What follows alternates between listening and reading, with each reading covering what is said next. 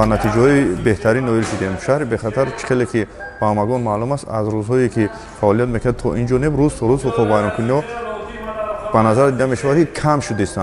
هم در سمت ترتیبات جمعیتی و هم در سمت تنظیم وسیله‌های نقلیات امسال باشد زیاده از حد جنایت شده شد با یاری شهر به خطر.